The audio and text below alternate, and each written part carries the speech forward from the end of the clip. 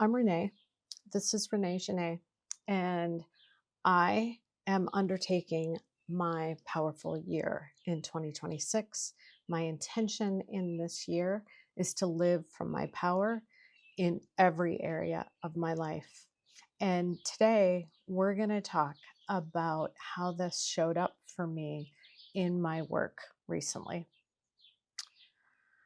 So there's a particular kind of misery when you've got work that pays the bills but doesn't feed your soul. You know what you're meant to do. You can feel it. You're just not quite there yet. But you also know that getting there responsibly takes time. And in the meantime, you want to show up in the best way that you can. You certainly don't want to live in misery every day. So I had an important lesson drop in about this. So what if the frame that you're looking at this through is the problem? Stick around. I'll explain.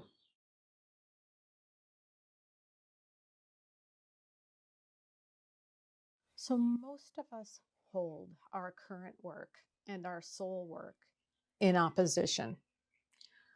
The corporate job versus the real work. Paying the bills versus feeding your soul. The life I have versus the life I want. The opposition creates suffering. Every Monday morning becomes a reminder of what you don't have. Every meeting, every deliverable, every performance review, like evidence that you are not yet living your real life. But what if your current work isn't in opposition to your real work? What if instead it's actually the container from which your true work, your real work, is emerging? What if that were true?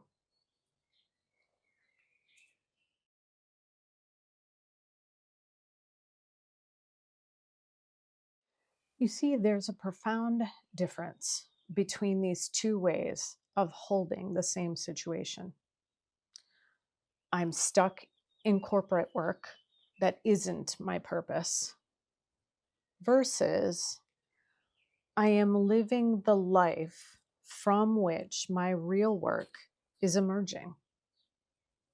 Same job, same meetings, same paycheck, completely different relationship to all of it. The first frame makes you a prisoner, a victim of your own reality. The second makes you someone who is intentionally transitioning from a place of empowerment, from a place of being empowered. Someone who is using this season of your life wisely, building a foundation that makes the next chapter possible.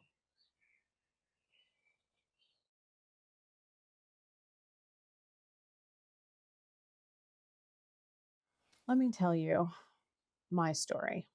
You see, I've been a corporate program manager for decades. I manage complex, multi-million-dollar programs for my clients.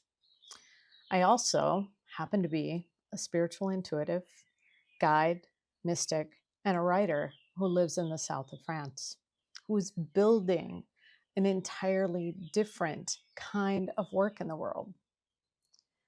For a while, I held these two things in opposition, like two separate lives bifurcated that I could never quite bring together. The corporate work felt increasingly hollow. I would come off feeling like a cog in the wheel, not appreciated, undervalued, going through the motions of life that wasn't really mine anymore. And then someone, in this case, my own intuitive guidance, in a coaching session with me, myself, and I offered myself a different frame. What if I could see this situation differently than I was looking at it, changing that lens on the camera, so to speak? And these words dropped in: the life from which my real work is emerging. I wrote it on a Post-it note. I put it on my desk. I wanted to test it out. The following week, with that Post-it note right there in front of me, at the beginning of every meeting, of every interaction, before looking at my email in the morning, I would read that Post-it note, and I would remember that this work that I was doing actually was full of opportunities for me to engage in my real work in the world, my real work, offering as much help and guidance to another human as I possibly can, trying to leave this world in a better place than I found it. All of those things were still possible through this reframe, the reframe of my work, seeing it as a place rich in opportunity from which my real work could emerge. And something shifted. Not the work, but my relationship to the work. And suddenly, I was coming to the start of the day with joy and excitement. Like, what would I be asked to show up for and to help with? And consequently, my engagement with everyone else changed too. All the more powerfully, they see just the shift. I think they see me more as an ally, someone who's there to help, not endure, but there to help and to be a gift and a guide in this situation that we're going through together. It changed everything. And I watched that for a week. And then when week 2 came, I knew I had to stick with it. And it has really changed everything. Coming is the invitation.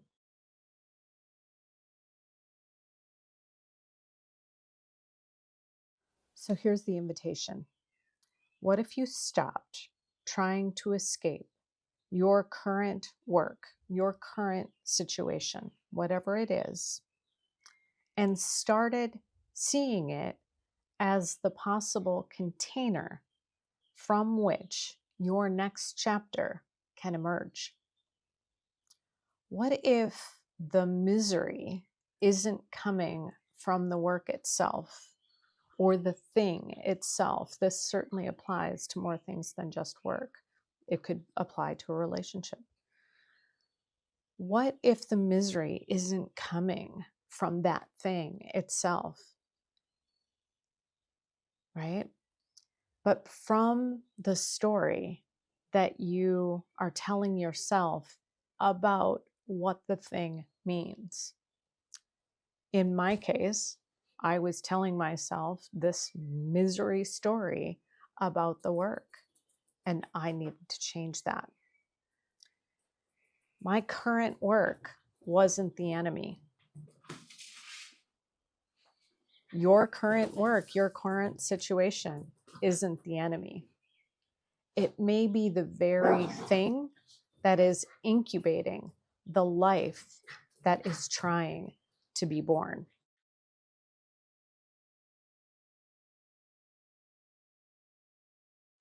Okay, I want to close this out with some questions.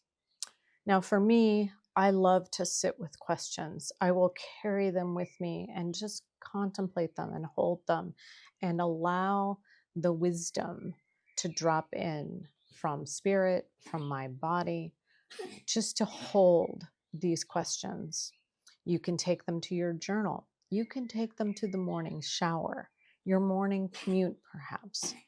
Just hold these questions lightly and see what they bring to you.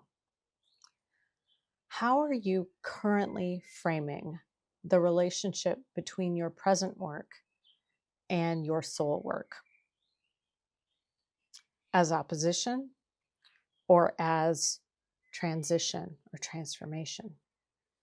For that matter, how are you currently framing your relationship within your relationship? Is that in opposition or is it in transformation? What would change in how you show up to your current work or the current situation if you saw it as the life from which your real life, your real work is emerging? How would that change? How would that feel? What is your current work actually giving you financially, practically, in terms of time, that is making your next chapter possible? This is all about seeing the value in what you have now and remembering that value. And you can apply these questions to work, to relationship, to anything in your life that you want to transform or to change. Apply these questions to that area of your life. What is that current thing providing you financially, time, whatever it is, remembering its value to you? Okay, I'm going to leave it there today. I am truly wishing you all the best, and I will see you next time. A biento.